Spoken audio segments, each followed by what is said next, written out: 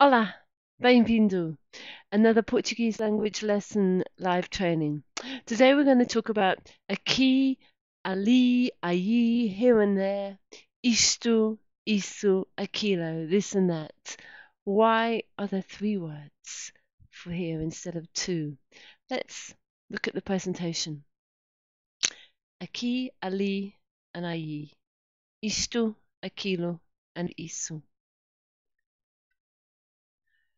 If we're talking about the location of things, words for here and there, we've got 1 word for here, aqui, and 2 words for there. What a confusão. So we've got there next to the person I'm talking to, aí, and there far from the speaker and the listener, ali. So we can be much more specific in Portuguese which there we're talking about. We don't need to add in the words there next to you. We can simply choose to use aí. If I say ali, I mean it's far away from me and far away from you, the person I'm talking to. The reference is always relating to the person who I'm talking to. So let's look at some pictures underneath here to help you. We've got A, B, C. The man in yellow is speaking and he's telling the woman in blue where her key, her chave, is.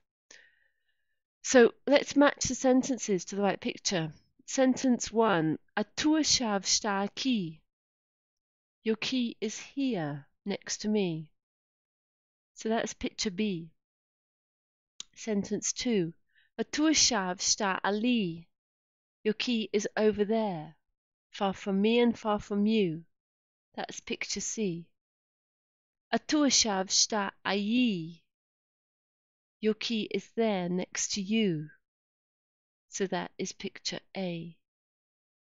Okay. How's that? Different to English, isn't it?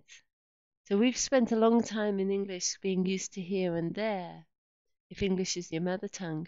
Now we've got here, aí, next to you, and ali, over there. Okay, so this leads on to practice.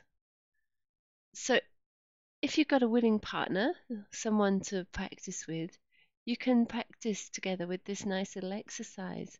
Do you have a whatever there by you? Tem ou uma something aí? And the answers could be tem ou não tenho ou não tenho ou uma aqui. So we could talk about a telemóvel, mobile phone, lápis, pencil, mala, handbag, carteira, wallet, caneta, pen, garrafa d'água, bottle of water. So, if you ask me, tem telemóvel aí? I would say, tenho telemóvel aqui. If you ask me, tem lápis aí? I would say, tenho lápis aqui. If you ask me, tem uma mala aí? I would say, não tenho uma mala aqui. If you ask me, tem uma carteira aí? I would say, não tenho uma carteira aqui. If you ask, tem uma caneta aí? I would say, tenho uma caneta aqui. If you ask me, tem uma garrafa d'água aí? I would say, não tenho uma garrafa d'água aqui. So when you're asking me, tem uma, whatever, aí, I could be literally anywhere. I could be on the telephone or on Skype, the other side of the world.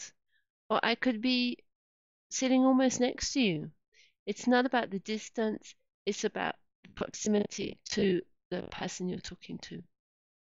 Okay, so closely related to this is the words for this and that. We were talking about here and there, and so this and that. What's this? What's that? Is this good to eat? Does that contain fish? Now these words, this and that, represent something that's not mentioned by name. So we can use these words to talk about things we don't know the words for in Portuguese, which is very, very useful. In English, the words this and that change depending on the location of the item in relation to the person talking. So this is near, like aqui, that is far. Okay, so these words this and that in Portuguese work in a very similar way. But we've got three. We've got isto, isso, and aquilo. So it's all related to what we were talking about with aqui, aí, and ali. So if I want to say, what's this? I'm talking about something here next to me, aqui. So I say, o que é isto? Literally, what's this thing here next to me? And what's that has two ways, depending on exactly where that is. And we can be more specific in Portuguese. So I can say, o que é isso? If the thing I'm talking about is near the person I'm asking. What's that thing there next to you? Or if it's far from both the person asking and the person responding, I can say, o que é aquilo? What's that thing over there? Okay, so let's look at this a bit more with some more clear examples. Look at this picture here. We've got the lovely Pedro, and he's talking to his dad, his pai, about some objects in the museum. And he asks, o que é isto? For numbers 6 and 1. So that's the display cabinet next to him. He asks, o que é isso? For números 2 and 5, the display cabinet next to his dad. And then he asks, o que é aquilo? For números 4 and 3, the items in the corner. Okay, so he can be much more specific when he says, what's that? As to meaning that next to you, Dad, or that over there. Okay, so one thing we have to note in English, we've got further variations for talking about plural items. So we can say, what are those? What are these? Are these good to eat? Do these contain fish? So we've changed that to those and this to these. However, in Portuguese, in this situation, for using these words that replace objects, we don't have any plurals. We'd still stick with isto, isso, and aquilo. So I can say, o que são isso? O que são aquilo? O que são isto? Isso, aquilo são bons para comer? Isto contém peixe? Okay? Okay, so let's look at answering and asking questions, which is what we often use with it. What's that? This is. Okay, so Pedro asks, o que é isto? Asking about something next to him. Excuse me. The answer is isso é. That thing there next to you is. If he asks, o que é isso? His father would answer, isto é. This thing here next to me.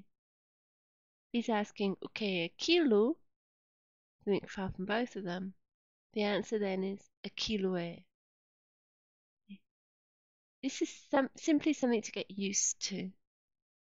We've had years, if we're an English speaker, of changing what's this, that's, what's that, this is. We're used to the switching round. So now we've just got to get used to switching around isto and isso. And then if we want to refer to something far away, aquilo, it remains aquilo in the answer. Okay, so I hope you've enjoyed the presentation and it's all miraculously clear to you now. If you have any questions, get in touch. There's a PDF with all this information and some exercises if you'd like. Just send me a message